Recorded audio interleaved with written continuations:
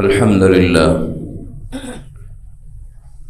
لله وكفى والصلاة والسلام على سيد الرسل وخاتم الأنبياء وعلى آله وأصحابه الأتقياء. وبعد فأعوذ بالله من الشيطان الرجيم. بسم الله الرحمن الرحيم. إن الله وملائكته يصلون على النبي يا أيها الذين آمنوا صلوا عليه وسلموا تسليما. اللهم صل على محمد وعلى آل محمد كما صليت على إبراهيم وعلى آل إبراهيم إنك حميد مجيد. اللهم بارك على محمد وعلى آل محمد كما باركت على إبراهيم وعلى آل إبراهيم إنك حميد مجيد. محترم حضرات، اللہ تعالی نے جب انبیاء علیہ السلام کو انسانوں کی رہنمائی کے لیے بھیجا تو اخلاق اور اوصاف کے بھی ارن کون کو بلند مقامات پہ فائز کیا تاکہ لوگوں کے رہنما ہوں، اور اس کے علاوہ بھی ان کو خصوصیات عطا فرمائیں. چنانچہ آپ کی خصوصیت اور انبیاء کی خصوصیت ایسے معلوم ہوتی ہے کہ ایک جنگ کے اندر، غزوے کے اندر رسول پاک صلی اللہ علیہ وسلم کے ساتھ صحابہ شریک تھے، تو ایک شخص وہ مسلمانوں پہ کافروں میں سے بڑا سخت حملے کر رہا تھا، بڑا سخت حملہ کر رہا تھا. فَيَدُقُّنَا وَيَحْطِمُنَا، صحابی کہتے ہیں کہ حملہ کر کے برا حال کر رہا تھا مسلمانوں کا وہ. تو کچھ دیر بعد اللہ نے مسلمانوں کو فتح دے دی اور کافروں کو شکست ہو گئی. تو جب وہ شخص مسلمانوں کو بہت مار رہا تھا تو ایک شخص نے رسول پاک صلی اللہ علیہ وسلم کے صحابہ میں سے ایک شخص نے ایک نظر مانی کہ اگر اللہ تعالی نے اس آدمی کو قابو میں دیا تو لَأَضْرِبَنَّ عُنُقَهُ، اللہ کی قسم میں اس کو قتل کر دوں گا، اس کو میں گردن ماروں گا، اس لیے کہ مسلمانوں پہ بڑا ظلم کر رہا اور بے دریغ ان کا خون بہا رہا ہے. اب جب کچھ دیر بعد مسلمانوں کو فتح ہوئی اور کافروں کو شکست ہوئی تو وہی دشمنوں کا شخص جو مسلمانوں کو بہت قتل کر رہا تھا اور بہت خون بہا رہا تھا، وہ گرفتار ہو کے آ گیا، اور باقی لوگ بھی گرفتار ہو کے آ گئے دشمنوں کے. اب جب وہ گرفتار ہو کے آیا تو وہ معافی تلافی کرنے لگا آپ صلی اللہ علیہ وسلم کے پاس آ کے. تو رسول پاک صلی اللہ علیہ وسلم نے اس کو کچھ جواب نہیں دیا، اس کو کچھ جواب نہیں دیا، اس کو چھوڑ دیا.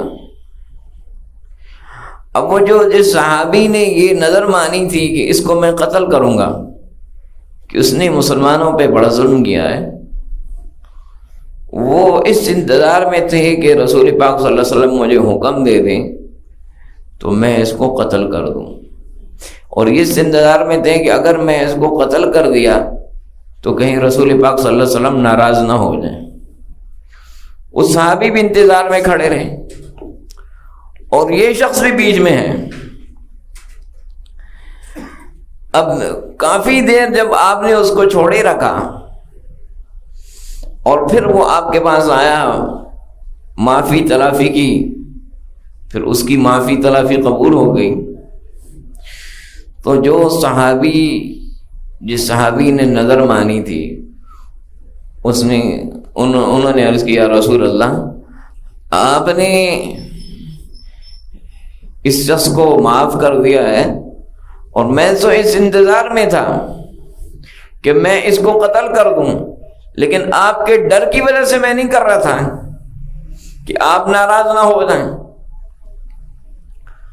تو آپ صلی اللہ علیہ وسلم نے فرمایا کہ میں نے تو اس کو اسی لیے چھوڑا ہوا تھا وہ معافی مانگنے کے لیے آیا تو میں نے اس کو چھوڑا ہوا تھا، اس کو معاف نہیں کر رہا تھا، اس کو میں نے چھوڑا ہوا تھا کہ ابھی ٹھہرو، اور انتظار یہی تھا کہ تم اس کو قتل کر دو، لیکن تم نے قتل نہیں کیا۔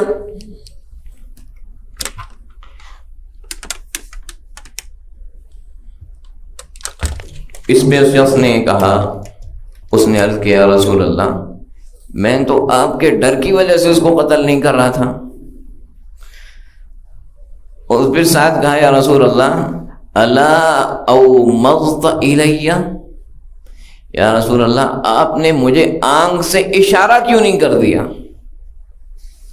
آپ نے مجھے آنکھ سے اشارہ کیوں نہیں کر دیا کہ یہ موجود ہے جس کو تم نے قتل کی قسم کھائی تھی، نظر مانی تھی، اب یہ موجود ہے، اس کو کر لو قتل۔ آپ مجھے آنکھ سے اشارہ کر دیتے، میں تو آپ کی ڈر کی وجہ سے اس کو قتل نہیں کر رہا تھا، لیکن اب تو معافی ہو چکی تھی۔ تو آپ صلی اللہ علیہ وسلم نے کیا فرمایا؟ انہ لیس لنبی ان یومض، کسی نبی کے لیے یہ جائز نہیں کہ آنکھ سے اشارہ کرے۔ تم کہہ رہے ہو کہ آنکھ سے اشارہ کرتے، تو کسی نبی کے لیے جائز نہیں کہ آنکھ سے اشارہ کرے۔ باقی لوگ تو آنکھ کے اشارے سے کسی کو پیغام دے سکتے ہیں کہ ایسے کر لو ایسے کر لو، لیکن نبی کی شان بہت اونچی ہوتی ہے۔ نبی جو بات کہتے ہیں وہ واضح کہتے ہیں، یہ نبی کے لیے جائز نہیں کہ آنکھ سے اشارہ کریں۔ تو یہ آپ صلی اللہ علیہ وسلم کی خصوصیات میں ہیں، اور باقی انبیاء کی بھی خصوصیات ہیں کہ وہ آنکھ سے اشارہ کر کے کوئی بات نہیں کہتے، بلکہ جو حکم ہوتا ہے واضح فرماتے ہیں کہ ایسے کر لو ایسے نہ کرو۔ اس سے یہ خصوصیات معلوم ہے۔ پھر رسول پاک صلی اللہ علیہ وسلم کی ایک اور خصوصیت ہے، آپ صلی اللہ علیہ وسلم فرما رہے ہیں، جس کو امام احمد نے، ترمذی نے، ابن ماجہ نے روایت کیا، انی ارا ما لا ترون واسمع ما لا تسمعون، میں وہ کچھ دیکھ رہا ہوں جو تم نہیں دیکھ رہے، میں وہ کچھ سن رہا ہوں جو تم نہیں سن رہے۔ آگے پھر آپ نے وضاحت فرمائی، ان السماء اطت وحق لها ان تعط، فرمایا آسمان چرچرا رہا ہے، چرچرا رہا ہے، اور آسمان کو چرچرانا چاہیے، کیوں چرچرا رہا ہے؟ فرمایا ما فیہا موضع اربع اصابع الا وملک واضع جبهته ساجدا للہ، فرمایا آسمان میں 4 انگلیوں کے برابر بھی جگہ ایسی نہیں ہے، آسمان میں 4 انگلیوں کے برابر بھی ایسی جگہ نہیں ہے جہاں فرشتے نے سر سجدے میں نہ رکھا ہو۔ آسمان کتنا بڑا ہے یہ ہم نہیں سوچ سکتے۔ ابھی تو ہم زمین بڑی، پھر اوپر سورج بڑا، نظام شمسی بڑی، کہکشائیں بڑی، اور یہ بڑا اور بڑا، آسمان تو ابھی تک پتہ ہی نہیں چلا لوگوں کو کہاں ہے، سائنس کو بھی نہیں ابھی پتہ چلا آسمان کہاں ہے۔ یہ تو قرآن نے خبر دی ہے تو ہم مانتے ہیں آسمان نہیں، 7 آسمان کا ذکر ہے، عرش اور کرسی کا بھی ذکر ہے، سب پہ ایمان لاتے ہیں کیونکہ قرآن نے ذکر کیا، لیکن انسان نے اپنے مشاہدے تجربے میں بھی آسمان تک نہیں پہنچا۔ وہ پھر آسمان کتنا بڑا ہوگا یہ ہم نہیں تصور کر سکتے۔ اگر یہی نچلی چیزیں اتنی بڑی ہیں تو آسمان کتنا بڑا ہوگا۔ وہ کہکشائیں کا سلسلہ اتنا بڑا ہے، اس کی پیمائش ہی لمبی چوڑی ہزاروں کروڑوں نوری سالوں میں جاری ہے، تو وہ آسمان کتنا بڑا ہے تو ہمیں سمجھ ہی نہیں آ رہی۔ فرمایا اتنا بڑا آسمان، سارا آسمان بھرا ہوا ہے، ہر جگہ پہ فرشتے نے سر سجدے میں رکھا ہوا ہے۔ وہ چلو فرمایا یہ اللہ تعالیٰ کی عظمت ہے۔ فرمایا اس لیے لو تعلمون ما علم لضحکتم قلیلا ولبکیتم کثیرا، جو میں جانتا ہوں لوگوں، اگر تم جان لو تو تم ہنسنا کم کر دو، رونا زیادہ کر دو، کیونکہ وہ اللہ کی عظمت کی وہ چیزیں اگر تمہیں پتہ چل جائیں جو مجھے معلوم ہے، تو تم ہنسنا کم کر دو، رونا زیادہ کر دو۔ وما تلذتم بالنساء علی الفرشات، اور بستروں پہ مزے لینا چھوڑ دو۔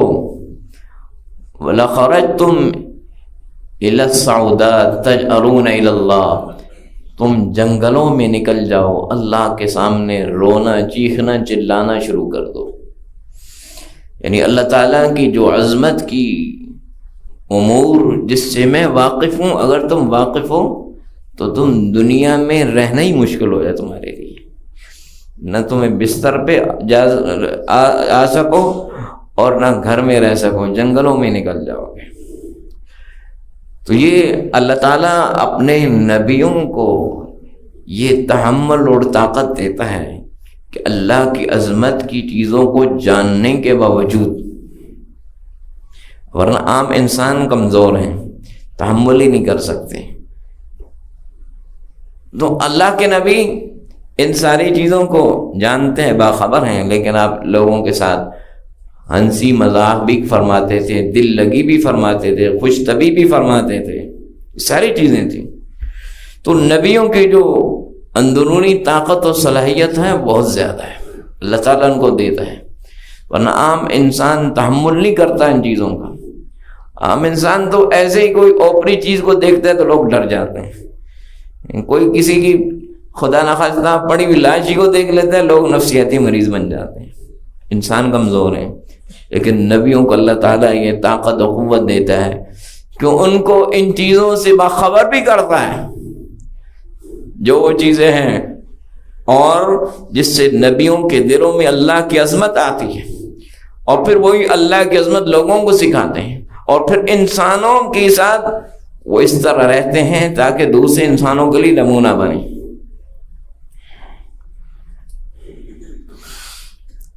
پھر نبی پاک صلی اللہ علیہ وسلم کی خصوصیات میں سے یہ بھی خصوصیت ہے کہ رسول پاک صلی اللہ علیہ وسلم کا جب انتقال ہوا تو صحابہ میں اختلاف ہوا کہ آپ کو کہاں دفن کیا جائے۔ تو ابوبکر صدیق رضی اللہ عنہ فرمانے لگے، میں نے رسول پاک صلی اللہ علیہ وسلم سے سنا ہے اور مجھے یاد ہے کہ اللہ تعالیٰ جب بھی کسی نبی کی روح کو قبض کرتا ہے الا فی الموضع الذی یحب ان یدفن فی، اس جگہ پہ نبی کی روح قبض ہوتی ہے جہاں پہ ان کا دفن ہونا پسند ہوتا ہے۔ نبی کی روح اسی جگہ قبض ہوتی ہے جہاں پہ ان کا دفن ہونا پسند ہوتا ہے۔ عام لوگ جو ہیں نبیوں کے علاوہ کوئی بھی انسان ہو، اونچے درجے کا ہو یا عام انسان ہو یا اعلیٰ درجے کا جو ہے اللہ کا نیک بندہ ہو، بہرحال جہاں وہ فوت ہوتا ہے پھر اس کے بعد اس کو جو دفن کی جگہ ہے وہاں لے جا کے دفن کرتے ہیں۔ لیکن نبیوں کی خصوصیت ہے جہاں پہ ان کی روح قبض ہوتی ہے اسی جگہ ان کو دفن کیا جاتا ہے۔ تو آپ کی جو وفات ہے وہ آپ کی حضرت عائشہ صدیقہ رضی اللہ عنہا کے حجرے میں ہوئی ہے، وہیں پہ وفات ہوئی اور وہیں پہ دفن ہوئے۔ آپ کی قبر مبارک بھی آج حضرت عائشہ صدیقہ کے حجرے میں ہی ہے، وہ عائشہ صدیقہ کا حجرہ ہے جہاں پہ آپ کی قبر مبارک ہے۔ تو یہ آپ کی خصوصیات میں سے، اور رسول پاک صلی اللہ علیہ وسلم کی خصوصیات میں کی خصوصیت ہے، خود اللہ تعالیٰ نے فرمایا ما کان لکم وما کان لکم ان تؤذوا رسول اللہ ولا ان تنکحوا ازواجہ من بعدہ ابدا ان ذلکم کان عند اللہ عظیما۔ اے مسلمانوں، تمہارے لیے جائز نہیں کہ تم اللہ کے رسول صلی اللہ علیہ وسلم کو تکلیف دو، اور تمہارے لیے جائز نہیں کہ تم رسول پاک صلی اللہ علیہ وسلم کی بیویوں سے آپ کے بعد نکاح کرو، یہ بھی تمہارے لیے جائز نہیں ہے. ان ذالکم کان عند اللہ عظیما، یہ اللہ کے ہاں بہت بڑا جرم ہے. رسول پاک صلی اللہ علیہ وسلم کو تکلیف دینا یہ بھی بہت بڑا جرم ہے، کسی طرح تکلیف. اور آپ کی بیویوں سے نکاح آپ کے بعد یہ بھی جائز نہیں. باقی بھی کوئی بھی انسان فوت ہو جائے اور اس کی بیوی جب عدت گزار لے، وہ شخص جو اس کا محرم نہیں بنتا شرعی طور پہ، جس کی جن لوگوں سے نکاح حرام ہے، اس کے علاوہ گھر تو نکاح کر سکتا ہے اگر ہون کرنا چاہیں دونوں. یہ ایک الگ بات ہے کہ نہ کریں، لیکن رسول پاک صلی اللہ علیہ وسلم کی ازواج کے ساتھ یہ پابند کر دیا کہ کسی کے لیے جائز نہیں کہ آپ کی بیویوں سے آپ کے بعد نکاح کرے، یہ جائز نہیں ہے. اس لیے اللہ تعالیٰ نے ایک جگہ ارشاد فرمایا وَأَزْوَاجُهُ أُمَّهَاتُهُمْ، اے مسلمانوں تمہارے رسول، تمہارے نبی محمد صلی اللہ علیہ وسلم کی جو بیویاں ہیں وہ تمہاری مائیں ہیں. جب وہ ماں ہو گئی تو ماں کے ساتھ نکاح نہیں ہوتا. یہ خصوصیت ہے نبی پاک صلی اللہ علیہ وسلم کی کہ آپ کے بعد آپ کی ازواج کے ساتھ کوئی نکاح نہیں کر سکتا، اور یہ خصوصیت اللہ تعالیٰ نے آپ کو عطا فرمائی. پھر آپ صلی اللہ علیہ وسلم کی خصوصیات میں سے ایک یہ خصوصیت ہے کہ رسول پاک صلی اللہ علیہ وسلم نے فرمایا ان افضل ایامکم یوم الجمعہ. امام نسائی نے روایت کیا، اے لوگوں جتنے بھی دن ہیں تمہارے پاس، ان میں سب سے افضل دن جمعے کا دن ہے. سب سے افضل دن جمعے کا دن ہے. فما فی خلق آدم وفیہ قبض. اے انسانوں تمہارے والد آدم علیہ السلام، سب انسانوں کے والد، وہ جمعے کے دن ہی پیدا ہوئے تھے. یہ دن عظمت والا ہے، اور جمعے کے دن ہی ان کی وفات ہوئی تھی. اس دن کی عظمت بتانے کے لیے کہ جمعے کے دن وفات ہوئی تھی. اور پھر وما فی ساقہ وفی نفع وفی ساقہ، اس جمعے کے دن ہی سور پھونکا جائے گا، اور جمعے کے دن ہی ساری کائنات کے لوگ مر جائیں گے، قیامت قائم ہوگی. اس کی وجہ جمعے کے دن کی عظمت ہے کہ ایک بہت بڑا واقعہ ہے. یعنی آدم علیہ السلام کی پیدائش بھی جمعے کی ہوئی، اور پھر زمین آباد ہوئی، اور زمین کا خاتمہ اور انسانوں کا خاتمہ بھی جمعے والے دن ہی ہوگا. وہ قیامت کے دن بھی حقیقت میں رحمت ہے، کیونکہ ظالموں کو ظلم کا بدلہ ملے گا، مظلوموں کو ان کا حق دلایا جائے گا. یہ رحمت ہے. اور ایمان والوں نے جو محنتیں کی، تکلیفیں اٹھائیں، مصائب جھیلے، اللہ کو راضی کیا، ان سب کے انعامات ان کو ملیں گے. یہ جمعے والا، یہ قیامت کا دن رحمت ہے. تو یہ اس کا وقوع بھی جمعے کے دن ہے. جمعے کی عظمت ہے. جمعے کا دن مستقل عظمت والا ہے. لیکن آج افسوس یہ ہے کہ اب اتوار کی چھٹی ہوگی. ایک مسلمانوں کا ملک ہے، وہاں بھی اتوار کو چھٹی. جمعے کی عظمت ختم ہو رہی ہے. لوگ جمعے کی عظمت صرف یہ مقصد نہیں ہوتا کہ جمعہ پڑھ لیں، بلکہ جمعے کے دن کی ایک تعظیم ہے. مسلمانوں کے لیے اللہ تعالیٰ نے یہ بتایا اس امت کو کہ یہ سب سے افضل دن ہے. یہ 7 دنوں میں ایک دن ہے تمہاری عید کا. یہ عید کا دن مسلمانوں کی خوشی کا دن ہے. اس لیے کہا کہ تم نے اچھے سے اچھے کپڑے پہننے، خوشبو لگانی ہے، غسل کرنا ہے، اور اول سے اول وقت میں مسجد میں حاضر ہونا ہے. یہ ساری چیزیں تعلیم دی. یہ جمعے کے دن کی عظمت ہے. تو جمعے کا دن خود عظمت والا ہے. اب غلط فہمی یہ ہو رہی ہے کہ جمعہ ہی پڑھنا ہوتا ہے نا، کوئی بات نہیں، جمعہ پڑھ لیا چھٹی نہیں بھی نہیں. اصل بات یہ ہے کہ ہم نے ایک دن کو تعظیم دینی ہے 7 دنوں میں. وہ تعظیم والا دن جمعے کا ہے. اس لیے پھر اس کو چھٹی ہے. مسلمانوں کا شعار ہے, نشانی ہے. اتوار عیسائیوں کا دن ہے, مسلمانوں کا دن نہیں. اور آدم علیہ السلام, اس امت کو اللہ نے صحیح رستہ بتایا, کیونکہ آدم علیہ السلام بھی پیدا ہوئے ہیں, قیامت بھی قائم ہوگی, اور سب سے افضل دن یہی ہے. اس لیے اس امت کو جمعے کا دن بتایا ہے, سب سے افضل دن یہ ہے. لیکن افسوس یہ ہے کہ اب لوگوں نے جمعے کی تعظیم بھی ختم کر دی, جمعے کی اہمیت بھی ختم ہو گئی, اور جمعے کی نماز کی عظمت بھی ختم ہو گئی لوگوں کے دلوں میں. اللہ تعالیٰ نے تو اس کے بارے میں اتنا واضح حکم دیا. جب سے ہم نے جمعے پہ یہ چھٹیاں ختم ہونا شروع ہو گئیں آہستہ آہستہ, جب سے یہ, حالانکہ یہ تصور نہیں تھا ایک زمانے میں جب اسلام کا غلبہ تھا کہ مسلمان جمعے کے علاوہ کسی دن چھٹی کریں گے, کیونکہ مسلمانوں کی علامت ہے جمعہ. اب چونکہ غلبہ ہو گیا تو اب اس لیے لوگ ان چیزوں کو معمولی سمجھ رہے ہیں, اور یہ پھر تبدیلیاں دنیا میں آہستہ آہستہ آ رہی ہیں. حالانکہ یہ عظمت, اور اللہ تعالیٰ اب اس کا نقصان یہ ہو رہا ہے کہ جمعہ لوگ ضائع کرتے جا رہے ہیں, ضائع کرتے جا رہے ہیں. خود اللہ تعالیٰ کا کیا حکم ہے, یا ایھا الذین آمنوا اذا نودی للصلاة من یوم الجمعہ فاسعوا إلى ذكر الله وذروا البيع ذلكم خير لكم إن كنتم تعلمون. اللہ کا واضح حکم ہے, اے ایمان والو, جب جمعے کی اذان ہو جائے, اذا نودی للصلاة, جمعے کے دن, فاسعوا إلى ذكر اللہ, نماز کی طرف دوڑو. وذروا البيع, صاف حکم ہے, خرید و فروخت چھوڑ دو. خرید فروخت والے کو لالچ ہوتی ہے, ممکن ہے کسی دفتر والے کو لالچ نہ ہو, کیونکہ اس کے دفتر والے نے آف کر دیا, بھی بند ہے, کام ہی کرنا ہے. لیکن لالچ خرید و فروخت والے کو ہوتی ہے, وہ گاہک آ رہے ہیں, وہ جی گاہک آ رہے ہیں, گاہک آ رہے ہیں, وہ جی گاہک دکان میں آ گیا. خود حکم ہے جب ہو گیا تو اب تجارت چھوڑ دو.